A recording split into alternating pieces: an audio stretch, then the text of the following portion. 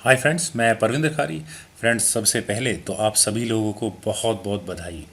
आज हमारा ये चेस गुरु परिवार 10,000 सदस्यों का हो गया। फ्रेंड्स, पिछले एक साल में हम लोगों ने काफ़ी लंबा सफ़र तय किया है, जिसमें हम लोगों को एक दूसरे से बहुत कुछ सीखने को मिला। हम लोगों ने हमेशा एक दूसरे के डाउट्स क्लियर किए, एक दूसरे को काफ़ी इंटरेस्टिंग गेम्स भी बताई। तो फ्रेंड्स, आज की हमारी गेम तुषार भाई ने बताई थी। उन्होंने मुझसे कहा था कि मैं सन 2010 में हुई वर्ल्ड ब्लिट्स चैंपियनशिप की उस गेम के ऊपर वीडियो बनाऊं जो मैग्नस कार्लसन और तैमूर रज़बोव के बीच में खेली गई थी। फ्रेंड्स, उस समय मैग्नस कार्लसन की रेटिंग 2802 थी और वहीं अजरबैजानी प्लेयर तैमूर रज़बोव की रेटिंग 2744 थी। तो आइए फ्रेंड्स, सीधा इस गेम पर चलते हैं। यहाँ गेम की शुरुआत की मैग्नस कार्लसन ने D4 के साथ, तो तैमूर ने रिप्लाई दिया नाइट F6 से, knight F3, then G6, knight at B goes to D2, then bishop G7, E4, तो D6, ताकि यहाँ ये ई पॉन आगे पुश ना हो सके। तो bishop D3, black castles, then white also castles, knight C6, C3, तो E5, रुक E1, देन H6। और फ्रेंड्स, अगर मैं यहाँ इस सिचुएशन में वाइट की तरफ से खेल रहा होता तो मैं यहाँ इस डी पॉन को ज़रूर आगे पुश करता, ताकि इस नाइट को जाने के लिए अच्छा स्क्वायर्स ना मिले। लेकिन ग्रैंड मास्टर लेवल पर इस तरह की गेम्स नहीं खेली जाती। यहाँ मैग्नस कार्लसन ने अपने नाइट को F1 स्क्वायर पर प्लेस किया और उनका इरादा इस नाइट को ज़रूर G3 या फिर F3 स्क्वायर पर लाने का रहा होगा। तो रज़बोव ने यहाँ किया knight H5, knight E3, then knight F6। Friends, यही वो मुझे कुछ समझ में नहीं आती। ब्लैक काफ़ी क्रैम्प्ड पोजीशन से खेल रहा है। उन्होंने यहाँ अपने नाइट को H5 स्क्वायर पर ले जाकर वापस F6 स्क्वायर पर प्लेस किया और मेरी नज़र में ये वेस्ट ऑफ मूव है। और पता नहीं क्यों मुझे बार बार इस डी पॉन को आगे पुश करने का दिल कर रहा है। लेकिन यहाँ कार्लसन ने किया बिशप C2, रुक E8, देन D5। फाइनली यहाँ कार्लसन ने मेरा मनपसंद मूव चला, तो knight E7, then C4, knight H7, then knight H4। और फ्रेंड्स, यहाँ ब्लैक की पोजीशन काफ़ी ज़्यादा क्रैम्प्ड है। लेकिन जब वाइट ने अपने नाइट को इस H4 स्क्वायर पर प्लेस किया तो यहाँ ब्लैक एक टैक्टिक्स तो लगा सकता है इस क्वीन के सहारे। ब्लैक यहाँ कर सकता है नाइट टेक्स D5, वो यहाँ एक पॉन जीत सकता है। वाइट को यहाँ करना होगा नाइट टेक्स D5, लेकिन अगर यहाँ अभी ब्लैक करे क्वीन टेक्स H4 तो वाइट यहाँ अपने नाइट से दोनों रुक्स पर फॉक लगा सकता है। तो इसलिए इस पोजीशन से ब्लैक को पहले करना होगा C6, नाइट पर अटैक बनाना होगा। तो knight F3, C takes D5, C takes D5। और इस तरह यहाँ ब्लैक एटलीस्ट एक पॉन जीत सकता है और वो यहाँ इस क्रैम्प्ड पोजीशन से थोड़ा बाहर निकल सकता है। लेकिन यहाँ रज़बोव ने किया बिशप F6। उन्होंने यहाँ पहले इस नाइट पर अटैक बनाया, तो knight F3, then bishop G7, तो G4। फ्रेंड्स, यहाँ वाइट को इस G4 मूव करने से पहले क्या आपने इस H1 को आगे पुश नहीं कर देना चाहिए था? लेकिन कार्लसन की अपनी ही कैलकुलेशंस होती हैं गेम्स में। यहाँ रज़बोव ने किया बिशप F6 ताकि ये जी पॉन और आगे पुश ना हो, तो H4, bishop D7, then king G2, queen C8, G4 pawn पर प्रेशर, तो इसका defence king G3, bishop G7। और क्या अब यहाँ वाइट को इस जी पॉन को आगे पुश नहीं कर देना चाहिए था? अगर वाइट यहाँ करे G5 तो उसके बाद H takes G5, H takes G5। और अब ये सिचुएशन आई थिंक ब्लैक के लिए थोड़ी प्रेशर वाली होगी। लेकिन अब यहाँ कार्लसन ने किया रुक G1, तो नाइट F6। और फ्रेंड्स, आई थिंक वाइट के लिए यहाँ बेस्ट पोजीशन थी अब इस जी पॉन को आगे बढ़ने के लिए। लेकिन उन्होंने यहाँ किया नाइट H2। उन्होंने यहाँ पहले इस G4 पॉन पर डिफेंस किया, तो rook F8, king G2, then knight H7, king H1, king H8, bishop D2, then A6, rook G2, then C5, A4, then B5, A takes B5, A takes B5, rook takes A8, queen takes A8, then B4। और अब यहाँ black को decide करना है कि वो C और B file पर किस तरह से पॉन ट्रेड ऑफ करे। लेकिन अभी यहाँ ब्लैक ने पहले किया क्वीन A7, तो रुक G1, then rook B8, queen B1, queen exchange offer. लेकिन ब्लैक ने यहाँ किया क्वीन C7। उन्होंने यहाँ भी क्वीन एक्सचेंज नहीं की, queen A3, then knight F6, B takes C5, D takes C5, then C takes B5, bishop takes B5, तो रुक B1, देन नाइट C8। और फ्रेंड्स, वाइट के दोनों पॉन्स H और G4 स्क्वायर पर काफ़ी देर से बैठे हैं और वाइट यहाँ इन पॉन्स को आगे पुश कर सकता था, लेकिन उन्होंने यहाँ किया बिशप D3, बिशप एक्सचेंज का ऑफर दिया, बिशप टेक्स D3। और फ्रेंड्स अब यहाँ वाइट को क्या करना चाहिए, पहले उन्हें यहाँ बिशप एक्सचेंज को कंप्लीट करना चाहिए। अगर वो यहाँ करे क्वीन टेक्स D3 तो उसके बाद ब्लैक यहाँ कर सकता है C4, वो इस C पॉन को एक कदम और आगे बढ़ा सकता है। और अगर सपोज वाइट यहाँ करे नाइट टेक्स C4 तो उसके बाद रुक टेक्स B1 चेक, और ब्लैक के पास यहाँ मौका होगा इस क्वीन को डिफ्लेक्ट करवाने का, ताकि वो यहाँ वाइट के इस नाइट को ले सके। Queen takes B1 then queen takes C4, तो इसीलिए यहाँ इस पोजीशन से वाइट को करना होगा क्वीन C2। तो rook takes B1 check, queen takes B1 then C3। और फ्रेंड्स ब्लैक का ये पॉन अब सिर्फ 2 कदम दूर होगा क्वीन बनने से, तो इसीलिए यहाँ कार्लसन ने पहले किया रुक टेक्स B8। और फ्रेंड्स अब यहाँ ब्लैक को क्या करना चाहिए था, ब्लैक को यहाँ पहले इस E4 पॉन को लेना चाहिए था, क्योंकि वाइट के ऊपर अभी चेक आ रही है। ब्लैक यहाँ कर सकता था बिशप टेक्स E4 चेक, और वो यहाँ एक एक्स्ट्रा पॉन जीत सकता था। तो वाइट को यहाँ करना होता F3, लेकिन इसके बाद क्वीन टेक्स B8, ब्लैक यहाँ अब मटेरियल एक्सचेंज को कंप्लीट कर सकता था, F takes E4 then knight takes E4।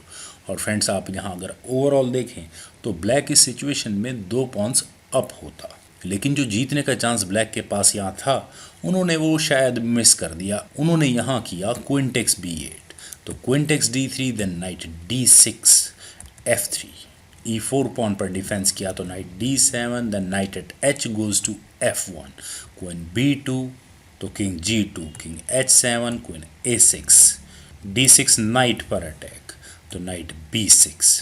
रज़बोव ने इस क्वीन के अटैक को ही ख़त्म कर दिया, तो queen D3 then C4, queen पर अटैक तो queen C3, queen exchange offer, लेकिन अभी यहाँ ब्लैक ने इसे रिजेक्ट किया, उन्होंने यहाँ अपनी क्वीन को B5 स्क्वायर पर प्लेस किया। और फ्रेंड्स इतनी देर से मैं कह रहा हूँ कि वाइट क्यों नहीं इस G पॉन को आगे पुश कर देता। अभी भी यहाँ वाइट ने अपनी क्वीन को मूव किया B4 स्क्वायर पर और क्वीन एक्सचेंज ऑफर दिया, लेकिन उससे पहले यहाँ ब्लैक ने किया C3, बिशप पर अटैक बनाया। अटैक क्या बनाया, उन्होंने अपने इस पॉन को सेक्रीफाइस ही कर दिया, bishop takes C3 then queen E2 check, तो king G3, knight at B goes to C4 then knight takes C4, knight takes C4। और फ्रेंड्स अब ये पोजीशन वाइट के लिए कंफर्टेबल नहीं कही जा सकती, क्योंकि ब्लैक के 2 पीसेस उसकी टेरिटरी में एंटर कर चुके हैं, और ऊपर से ब्लैक का अटैक अभी इस नाइट पर भी है। तो वाइट यहाँ क्या करे, नाइट H2, ये भी एक ऑप्शन हो सकती थी, लेकिन इसके बाद ब्लैक यहाँ अपने नाइट को ज़्यादा एक्टिव स्क्वायर पर लाकर वाइट के ऊपर काफ़ी प्रेशर बना सकता था। तो कार्लसन ने यहाँ किया क्वीन B1 अपने नाइट पर डिफेंस करने के लिए, तो बिशप F8। फ्रेंड्स यहाँ ब्लैक को इस बिशप को F8 स्क्वायर पर ना लाकर क्या F6 स्क्वायर पर नहीं ले आना चाहिए था, लेकिन इस मूव को क्रिएट होने में भी थोड़ा समय लगता। वाइट ने यहाँ अपनी क्वीन को E1 स्क्वायर पर प्लेस करके क्वीन एक्सचेंज ऑफर दिया, लेकिन रज़बोव ने इसे रिजेक्ट किया, queen D3, bishop A1 then bishop C5। Friends अगर ब्लैक यहाँ अपने बिशप को C5 स्क्वायर पर ना लाकर अगर वो यहाँ इसे B4 स्क्वायर पर ले जाए और क्वीन पर अटैक बनाए, तो ये गेम किस तरह से आगे बढ़ सकती है। यहाँ इस मूव को चलने के बाद ब्लैक इस गेम को फोर्सफुली ड्रॉ करा सकता है। वाइट को फिलहाल अपना क्वीन बचनी होगी, तो वो यहाँ कर सकता है क्वीन टेक्स B4, तो उसके बाद queen takes A1 then queen B7। White यहाँ कुछ अटैक क्रिएट कर सकता है, लेकिन उससे पहले ब्लैक यहाँ करेगा queen E1 check then king H3, queen F1 check, king G3, queen E1 check, king H3, queen F1 check, और यहाँ रिपीटेड चेक्स देकर रज़बोव इस गेम को ड्रॉ करा सकते थे। लेकिन यहाँ इस पोजीशन से रज़बोव को कुछ ना कुछ अलग नज़र आ रहा था। उन्होंने यहाँ अपने बिशप को C5 स्क्वायर पर प्लेस किया, और अब कहीं जाकर कार्लसन ने अपने इस G पॉन को आगे पुश किया G5 स्क्वायर पर। और अब ब्लैक को क्या करना चाहिए, H takes G5? I don't think so, H takes G5। और अब यहाँ वाइट के पास भी इस गेम में वापसी करने के काफ़ी चांसेस हो सकते थे, तो रज़बोव ने यहाँ किया H5, तो क्वीन C1। फ्रेंड्स यहाँ कार्लसन ने इस क्वीन को C1 स्क्वायर पर रखकर यहाँ इस E2 स्क्वायर को ब्लैक को दे दिया। ब्लैक ने यहाँ अपनी क्वीन को E2 स्क्वायर पर रिप्लेस किया। और अब यहाँ वाइट क्या करे, वाइट की सबसे बड़ी प्रॉब्लम है उसका ये बैड नाइट। इस नाइट को भी वाइट ज़्यादा अच्छे स्क्वायर्स पर मूव नहीं कर पाता। सपोज़ वाइट यहाँ इस नाइट को मूव करना भी चाहे तो कहाँ करेगा, H2 स्क्वायर पर।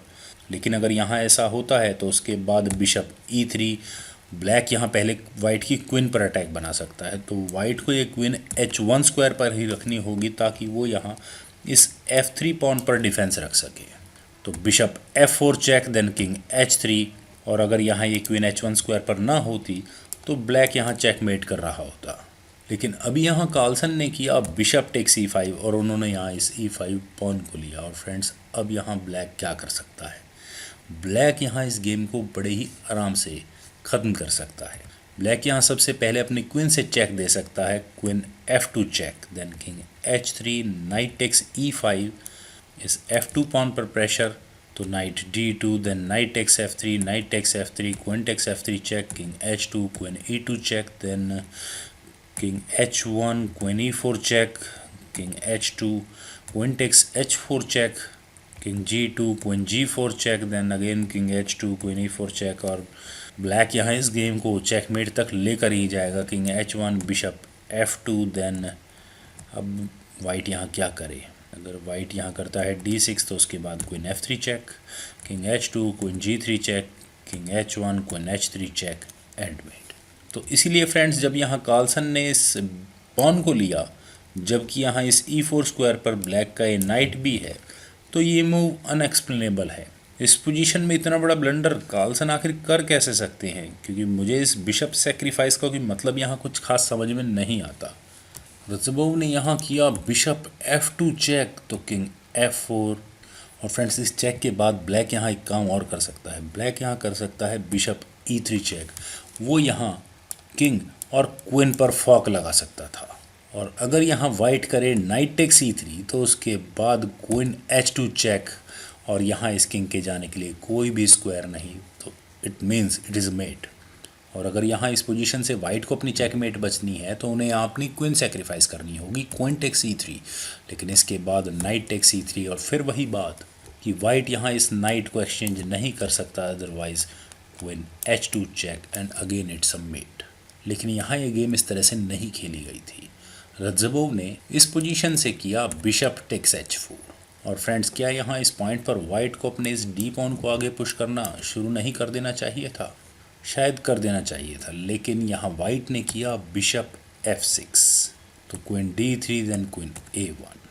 फ्रेंड्स यहाँ रज़बोव के पास इस गेम को चेकमेट तक पहुँचाने के काफ़ी रास्ते थे। वे यहाँ इस पॉइंट पर अपने नाइट को D2 स्क्वायर पर ले जाकर यहाँ वाइट के इस F3 पॉन पर प्रेशर बना सकते थे, और अगर यहाँ वाइट करे नाइट टेक्स D2 तो उसके बाद queen takes D2 check, king E5, bishop G3 check, then F4, bishop takes F4 check, और इट्स अ मेट। क्योंकि वाइट का ये किंग अब जाएगा तो जाएगा कहाँ, कोई भी स्क्वायर उसके पास नहीं है। लेकिन रज़बोव ने यहाँ किया क्वीन C2, और फ्रेंड्स बार बार मुझे यही लग रहा था कि आखिर ब्लैक इस गेम को चेकमेट तक क्यों नहीं ले कर जा रहा। और कार्लसन ने यहाँ किया क्वीन A8, और अगले मूव में डायरेक्ट चेकमेट की थ्रेट। और एक बार को तो मुझे लगा कि अभी ब्लैक इस गेम को जीत ही गया था, लेकिन कार्लसन ने उनके हाथों से ये गेम एक मूव में ही छीन ली। लेकिन रज़बोव का फाइनल मूव, उन्होंने यहाँ किया क्वीन C1 चेक, और यहाँ इस मूव के बाद मैग्नस कार्लसन ने रिज़ाइन कर दिया, क्योंकि फ्रेंड्स अब यहाँ वाइट का किंग कहाँ मूव हो सकता है। मुझे कोई ख़ास स्क्वायर यहाँ नज़र नहीं आता। इन सभी स्क्वायर्स पर ब्लैक के पीसेस बैठे हुए हैं। वाइट यहाँ ज़्यादा से ज़्यादा कर सकता है नाइट E3, लेकिन इसके बाद queen takes E3 check, and mate. Friends कितना शानदार ट्रैप था तैमूर रज़बोव का।